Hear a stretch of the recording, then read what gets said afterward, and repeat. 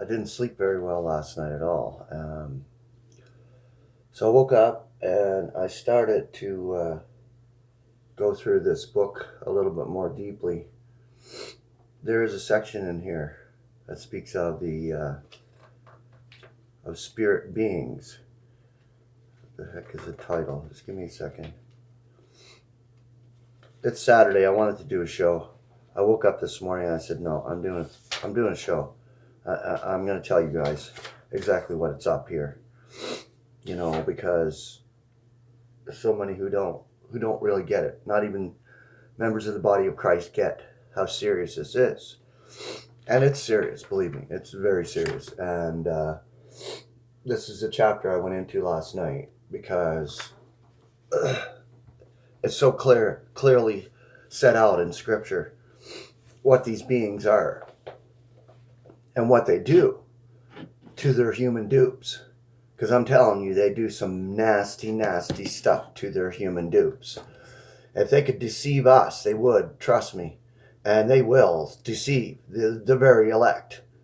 And they are doing that now. I believe we're so close to the end of this wicked eon that they are doing that. And they are really trying to just destroy the true God and remove him from his universe.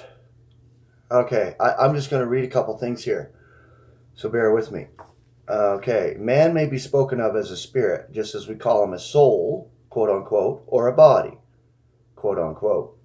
This, however, is not literal, for man is not a spirit and never can be. It is not our destiny to become, quote unquote, angels without material frames. Not only will our spirits be made alive and our souls roused, but our bodies will be raised at the presence of Christ. They will be changed from soulish bodies to spiritual ones. Our present soulish body is not made of soul, but is controlled by it. So our future glorious body will not be made of spirit, but will be dominated by it. We will remain human and will not become spirit beings. While the saints of the celestial destiny are blessed preeminently in spirit, let us remember that one of the chief figures of our felicity is that of a human body. It is based on the fact that our Lord has a literal material frame. In spirit, we are joint members of Christ's body. It is one of the glories of God's grace that the physical frame, which distinguishes and characterizes humanity, and which has been debased into the dust of death, should become the symbol of the highest spiritual organism in the universe. God has separated the world of spirits from the world of mankind.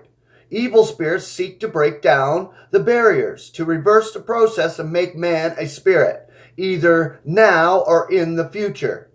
Let us avoid both of these errors by according to each the place which God has given them. In Christ, who is a man, we are supreme. Above the spirit hosts, of which he is the rightful head, Christ our Lord, our head. The spirit world, the world mights of this darkness, the spiritual forces of wickedness among the celestials, know quite well that we are destined to rule over them. Hence they are intensely concerned about us and are real adversaries at the present time. They're coming at us. They're molesting. They're trying to destroy. They cannot enter into us. We have the Spirit of God, so they cannot possess us. You understand that?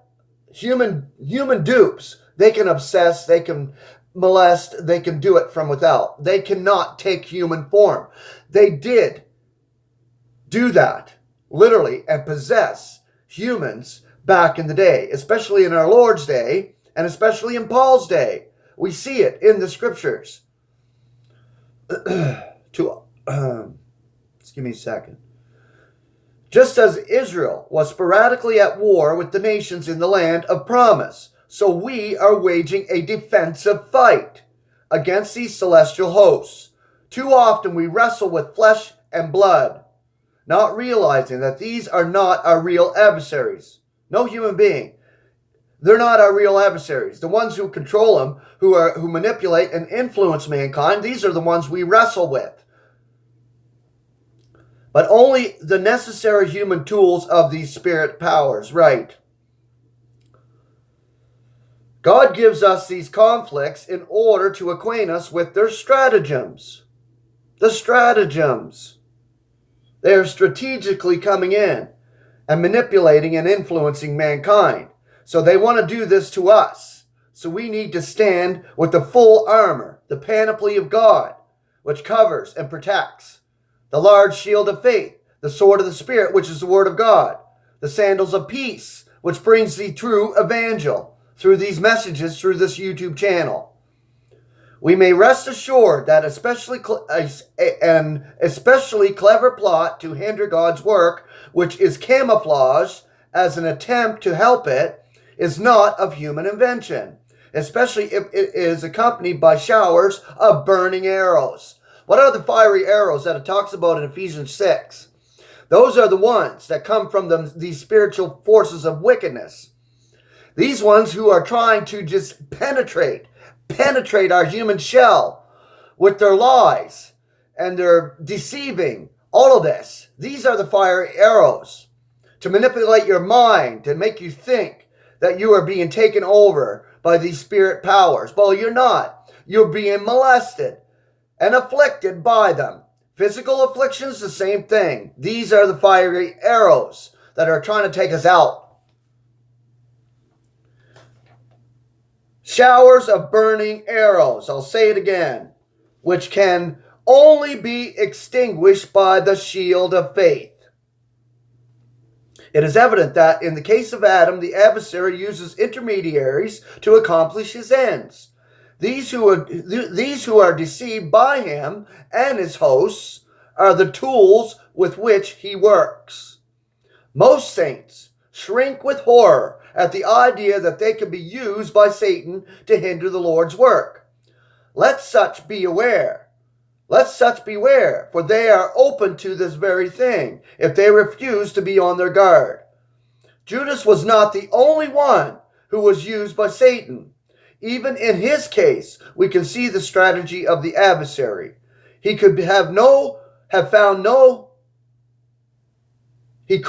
found many men to betray our Lord, Satan. But how much better for his purpose to lure away one of those near to Christ, one of his chosen apostles. He works especially well within the ranks of accredited religionists. That's all I need to read, actually. Because you guys need to understand, especially the members of the body of Christ who I'm speaking to here on these shows, on this YouTube channel. This does not go out to the world in general. They probably turn it on and then turn it right off. They don't watch this show right through. They don't get the whole gist of the truth. And that's the thing. You have to understand, if